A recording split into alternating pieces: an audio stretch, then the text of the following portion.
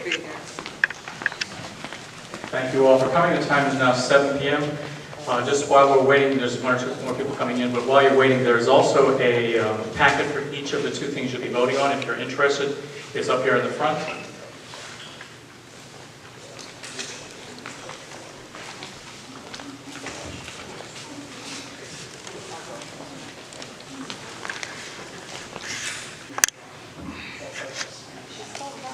All right, this time we're going to continue with the town meeting.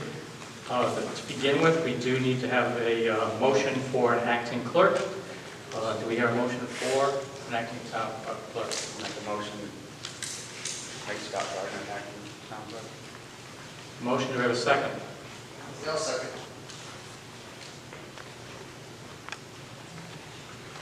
Any other motions for acting town clerk? Hearing none, entertain a motion to close the nominations at this time. Sean? I'll second. And Jim. All in favor say aye for closing nominations. Aye. In that case, all in favor of Scott being the acting town clerk at this time, all say aye. Aye. Any opposed? Thank you.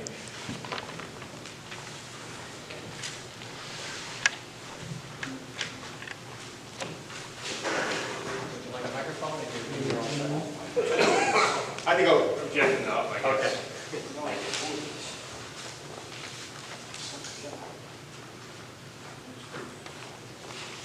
Would you mind reading the legal notice, please? Ready to work. The electors and citizens qualified to vote at town meetings in the town of Plainfield are hereby warned to meet at the Plainfield Town Hall, 8 Community Avenue, Plainfield, Connecticut, on Thursday, October 7th at 7 p.m. for the following purpose. Item 1, to approve a request from the Board of Selectmen and Board of Finance to appropriate $200,000 to be paid to the town in full by a grant from the state of Connecticut to undertake the Interroyal site brownfield assessment. Item number 2, to approve a request from the Board of Selectmen and Board of Finance to apply for Quinebaug Valley Trails grant for design of the Killingley to Route 205 segment of the trail, dated at Plainfield, Connecticut, this 27th day of September 2021. Kevin M. Cunningham, First Selectman. Arthur W. Gagney, Selectman. Kathy Kendrick, Selectman. Thank you. So at this time, we open up nominations for moderator. I'll nominate Kevin Cunningham. I'll second. Any other nominations for moderator? Yes, I'd like to nominate Kathy Kendrick. And is there a second? I'll second that. Any other nominations for moderator? Hearing none, entertain a motion to close the motion for moderator. Oh, Who motioned that? Kathy motion. Second. And And Bob. And. All in favor of Kevin Cunningham for moderator, please say aye. aye. All in favor of Kathy Tenrich as moderator, say aye. Aye. All right. So we'll go forward. Okay. The items that are on for discussion, we'll start with one at a time, if that's okay. If you have your packet available, that's great. What it is, in short, is that item number 1, to approve a request from the Board of Selectmen and the Board of Finance to appropriate that $200,000 to be paid to the town in full by a grant from the state of Connecticut to undertake Interroyal site brownfield assessment. So that is basically the idea that we're looking to get the monies from the state of Connecticut, but it's your approval tonight that makes that happen. So, is there any discussion, any questions, any concerns? Yes, I If was. you wouldn't mind just your name. Oh, sure.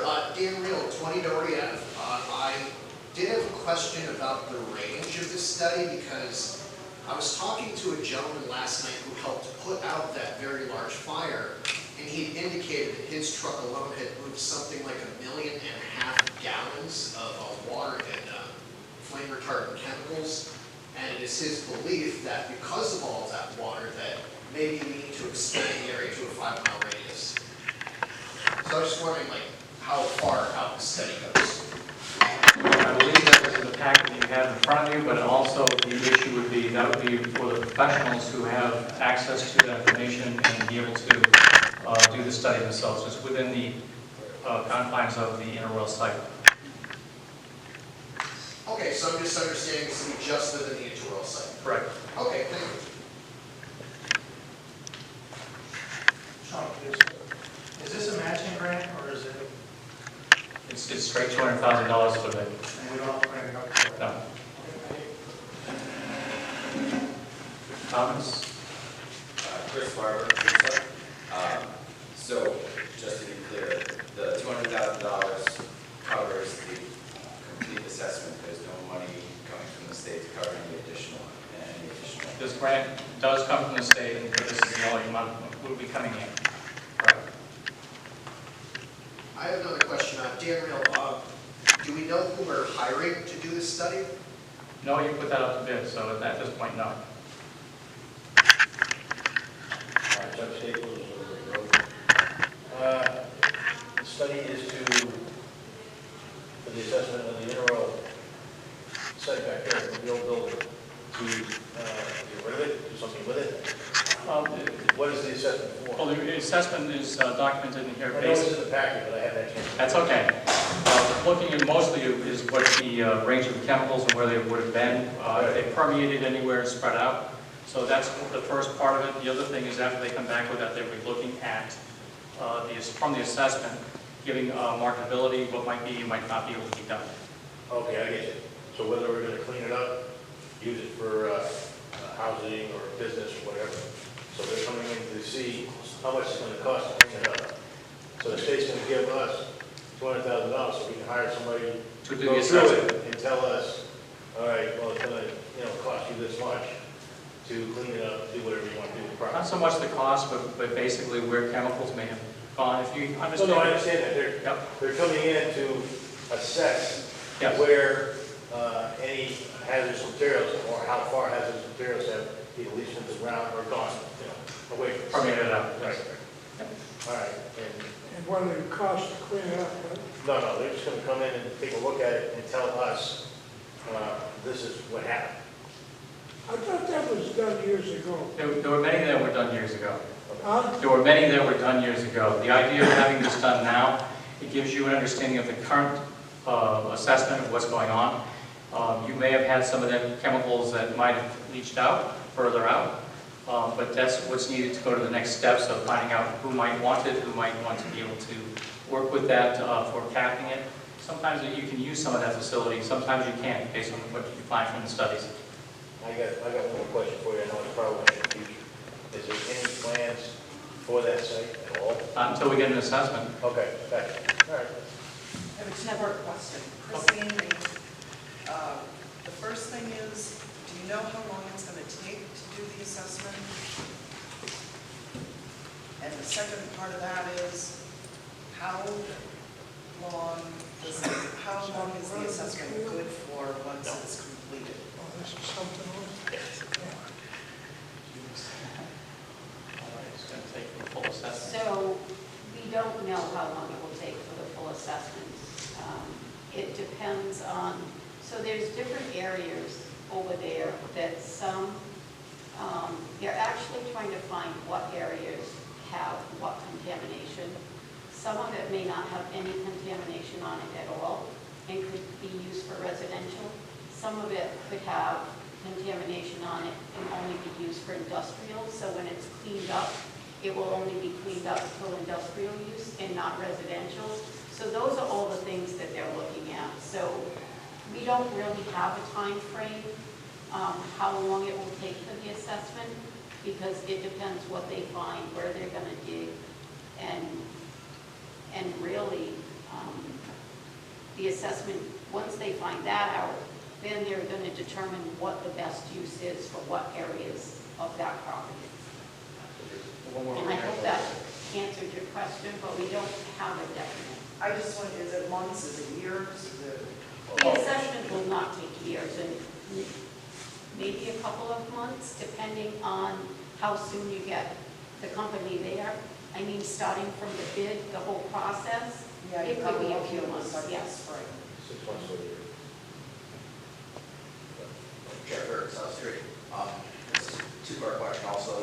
Would it be fair to assume if they, when they are doing the assessment, that if it does look like stuff has leached out past the initial area of the Interroyal fields or whatever, that we're going to look at expanding the assessment like the NSAT?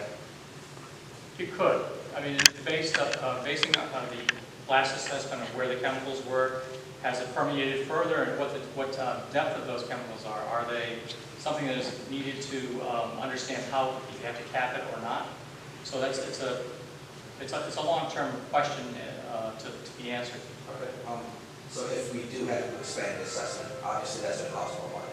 Can it be reapplied to the state for more money, or would we have to fund that ourselves? We'd look to go, again, to get grants or accessibility through the EPA and try to find out what available grants might be optional to us. I do have another question, Gabriel, again.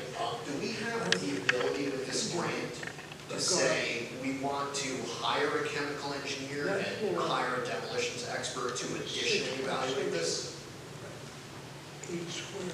Well, first of all, the scope of the project is to hire someone who's going to be able to assess what chemicals there. Yes. So at this point, I don't see that as part of the assessment study. I do want to mention one more thing, that there's a future plan here. The idea is that we are looking for the assessment. We're looking also to be able to work with the Eastern Connecticut Land Bank, and they would be able to help with further steps. So for those who don't know, I'll turn it over to Kathy, just to get a little background on that. So, probably 3.5 years ago, when I was in office, Wouldn't destroy the assessment. Mary Ann Chinati, who's our town planner, we worked to establish an Eastern Connecticut land bank. There's a land bank on the other side of Connecticut that's very successful, and that's exactly what they do. They come into municipalities and towns, and they take areas like Interroyal and like Command, and what will happen with the Eastern Connecticut Land Bank? So now we have one formed for this end of Connecticut. What happens with that is they can come in to a municipality, it can be Plainfield, it can be Quinebaug, it can be Putnam, determine what areas like Interroyal or Command, and if the town is willing to work with them. Interroyal is, we all know that Interroyal is a mess, and it's a difficult situation. There's tax liens, the owners really don't want anything to do with it anymore. The original owners have passed, and it got passed down to the children. The children want nothing to do with it because it's millions of dollars to clean it up. Nobody knows what's in there.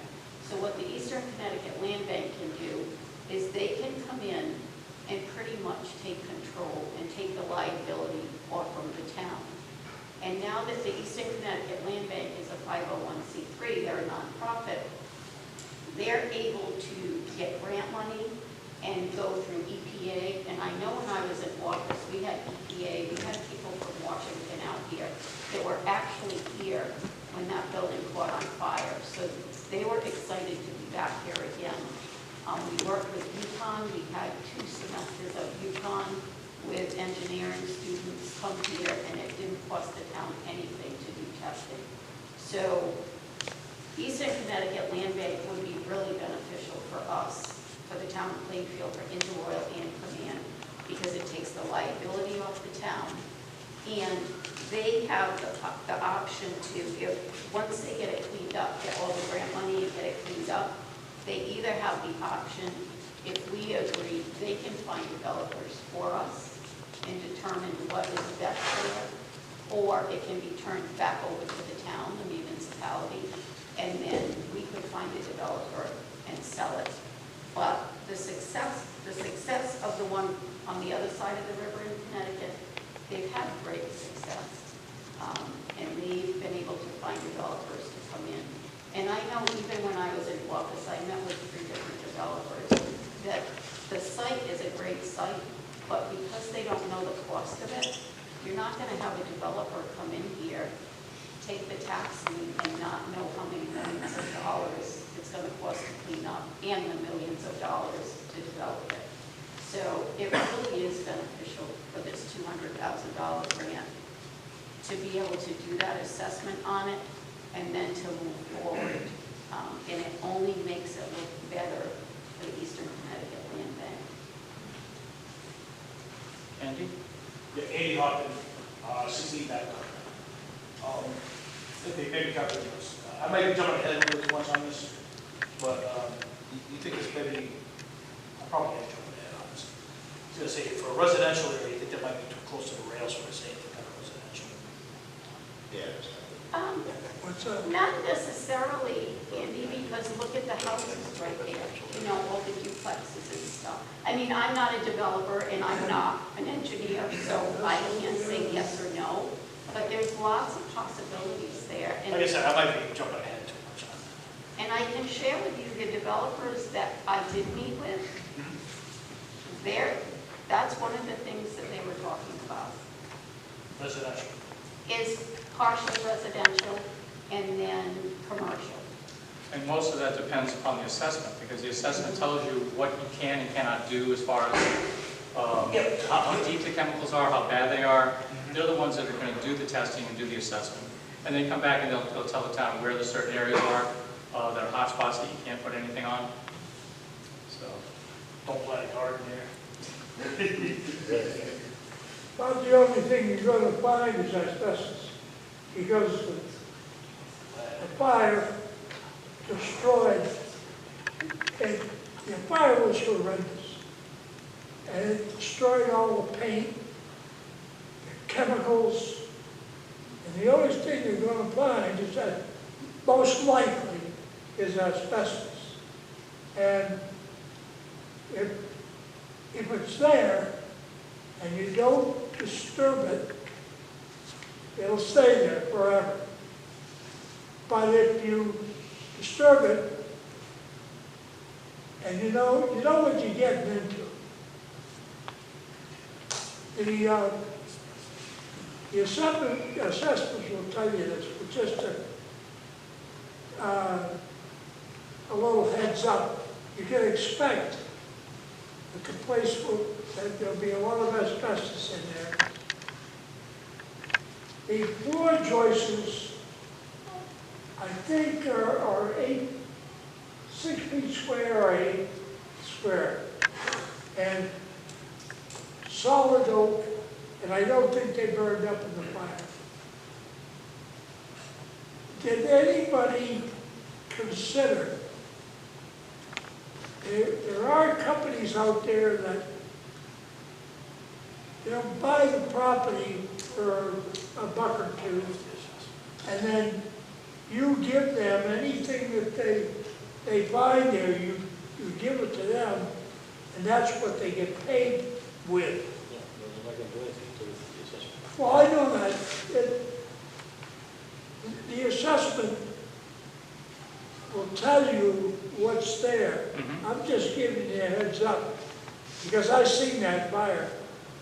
And the X number of, I can't remember, burned for 2 or 3 days. Matter of fact,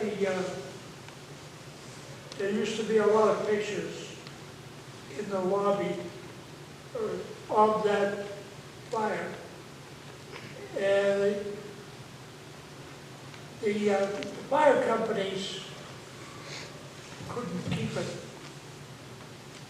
but the asbestos wouldn't be destroyed. That's some mean chemical. But the other thing is too, that there's a possibility there could always be another fire back there if we don't do something to try and get it cleaned up. Well, that may be. But the last fire destroyed everything that was burned, that can be burned. Oh, no, there's Asbestos still cannot. stuff that can be burned. Huh? I've been through there. I actually have gone through it. There's Oh, still yeah. stuff that can be burned. We gotta do something about it. Here. Put it all down. Not to change the subject Yeah, okay. a little bit, and I suggested this to Paul Street, he never did anything with it. I'm sure that there's a water turbine in there that they used to use, and a DC generator. It's no good anymore. But did anybody ever consider trying to get a grant,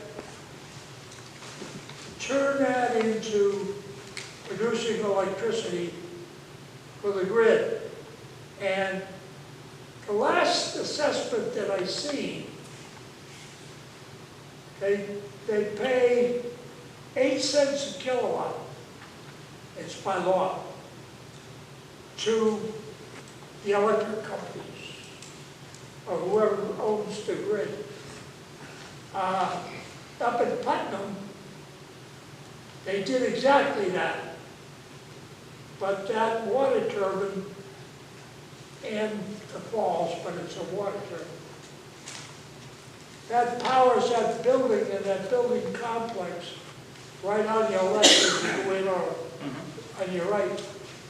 Did anybody consider trying to turn that, do what they did? Not necessarily for apartments, but the town, over time, could get a lot of money. And with today's controls and whatever, they were all blacktop stuff, you could, I'd say over 10 years or so, that thing would pay for itself and then some. And I know it's there. Yeah, but they gotta do the assessment first. Yeah, the assessment, it's all hinged on the assessment. Yeah, that's what I'm talking about. Yes, I know. Thank you. You are, Chris Barber. So I saw, so it's a $200,000 grant, and I heard you say that once, if we vote on it, and we choose to receive the grant, we receive it, then it goes out to bid for the assessment itself. I see that in 2013, the same size grant was received by the town to do the same type of an assessment. Do we know if that covered the entire amount, or if we had to spend any extra? That was it at the time, and I think that's a good mention, because I think that we can also go back on the previous information received from the previous years, that it was done multiple times, and see if there's been any change. To see if that might be something we can look at to say, has it changed or not, to figure out what we can or cannot do. So that's part of that assessment that comes back. Yeah, Daniel, I was just thinking, among all of this discussion, it had come up earlier that the two owners had inherited the site. So what I was first wondering was whether it was by operation of a will or whether it was just the lack of a will. And secondarily, I was wondering whether they had known about the option to disinherit themselves at the site. And the reason I ask that is because what happens in intestate succession is if you find the next of kin and the next of kin says, I don't want it, the next one says, I don't want it, and then you've run out of people, then the next person to get it would be the state of Connecticut. But I was just thinking, how cool would it be if we actually sent the state of Connecticut an unfunded mandate for once, and if that was possible? I do not know the answer to that. I can look it up. Any other comments or questions or concerns?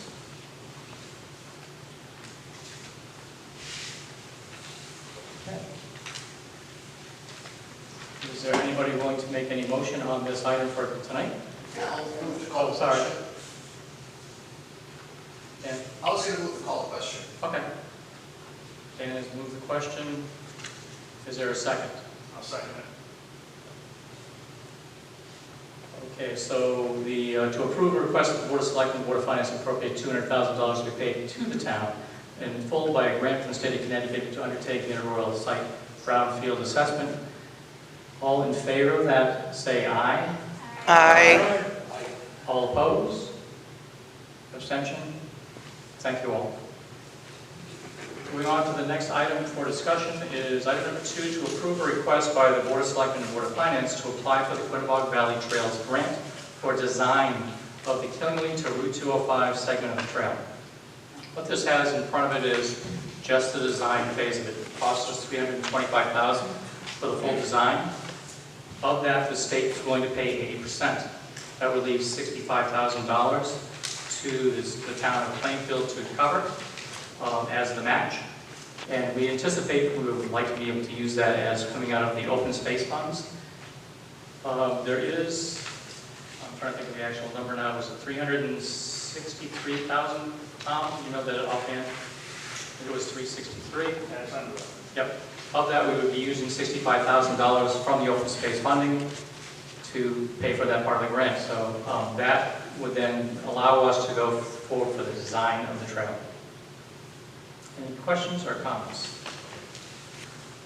Go ahead. Dan, I was just kind of wondering, for the open space monies that we have from where this extra 20% is going to come, don't spend all that money, we just save it. That's to be used for future use But only on that purpose? for open space. Okay, perfect. Truck Staples, Road.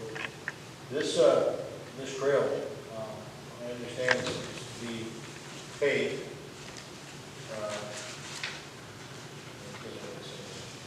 Well, it doesn't say that yet. I think the idea would be to put the, Well, to put the trail in itself. just to put the, where we put it, Right.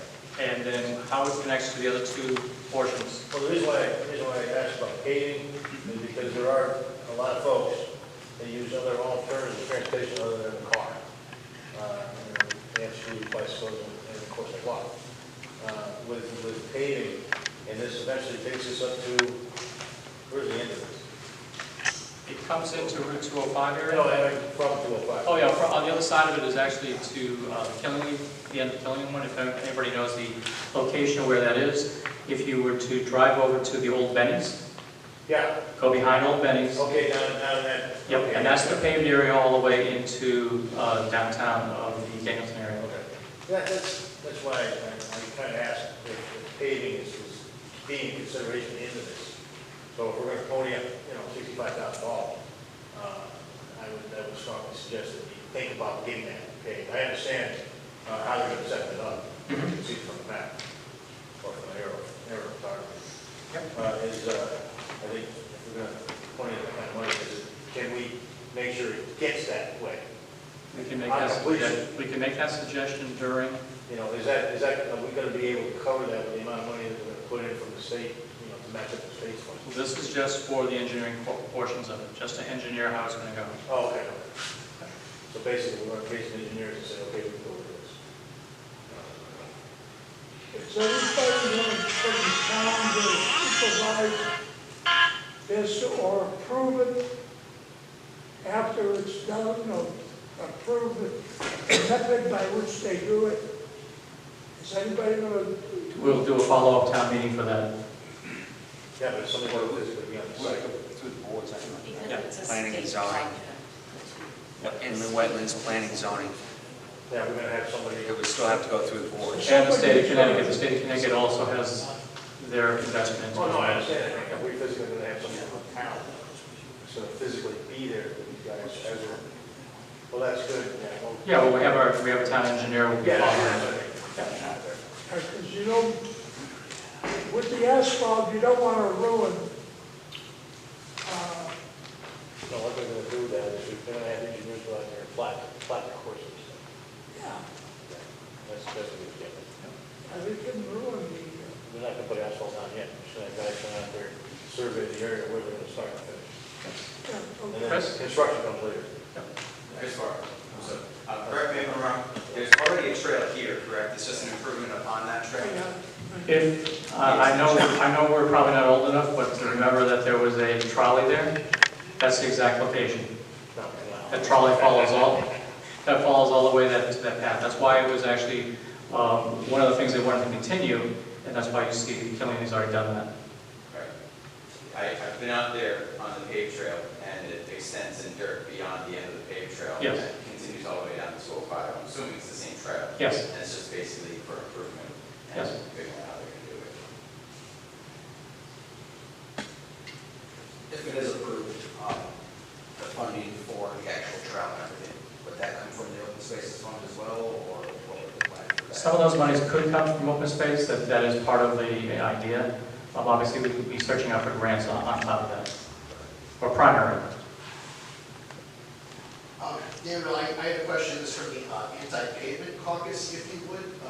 Does pavement actually fit within the town's open space policy?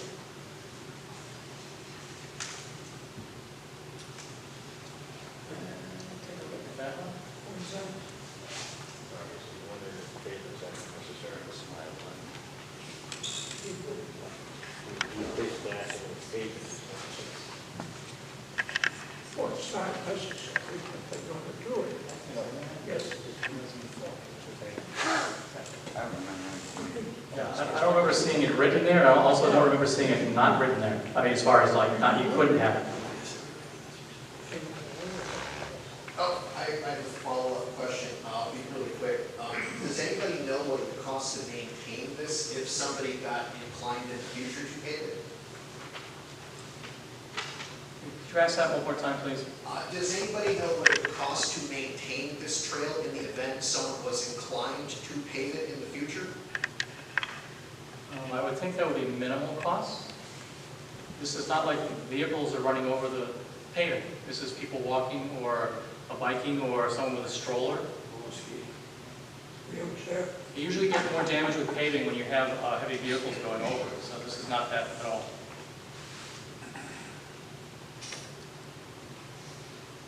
Sarah Aislinn, Black Hill. My question is also maintenance related. Would the town be regularly visiting to make sure that people are littering and such? Absolutely. The idea of anything that the town owns is also, it comes with maintenance automatically. If anybody can envision what we have been given a donation outside that was at gazebo from the Lions, well, we now own it, and we now have to maintain it. And that would be just like anything else, whether the from Park and Recreation, they would be going out to review it and maintain it on a regular basis. So that's the short answer, but yes.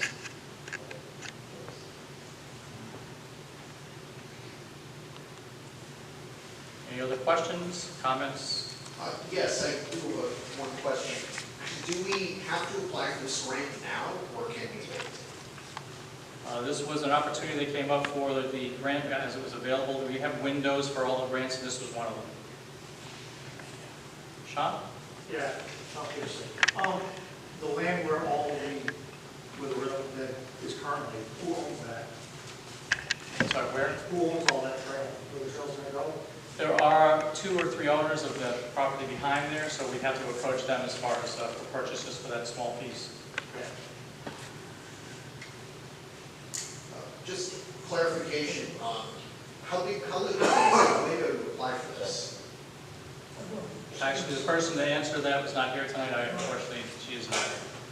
So I do know there was a window of opportunity that she decided to put the application in, so that's why we're here now.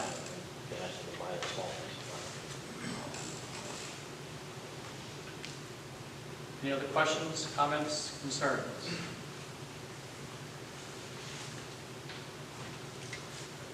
I'll move to call the question. I'll second. For moving question, is anybody here to second? Second? June, thank you. So it's a motion to approve the request for the Board of Selectmen and Board of Finance to apply for Quinebaug Valley Trails grant for the design, and I just want to make a minor modification here, so we make sure we do it right for the state of Connecticut, if you don't mind. To approve a request for the Board of Selectmen and Board of Finance to apply for Quinebaug Valley Trails grant for design of the Killingley to 205 segment of the trail in the amount of $325,000, of which the town is responsible to match $65,000. Is that appropriate? And you would second that for Yes. modification? Thank you very much. All right, all in favor of the motion, please signify by saying aye. Aye. Opposed? Yep, I'll oppose it. Any abstention? Hearing none, motion's passed. I want to thank you all for coming out. I also want to thank you for being part of this because, you learn a little bit more about what's going on in the community, and I appreciate the fact that you're coming out and doing that and taking the time to come out. So thank you very much. Since this is a meeting, we'll ask for a motion to adjourn. So moved. Tom? Second? All in favor, say aye. Aye. Thank you very much.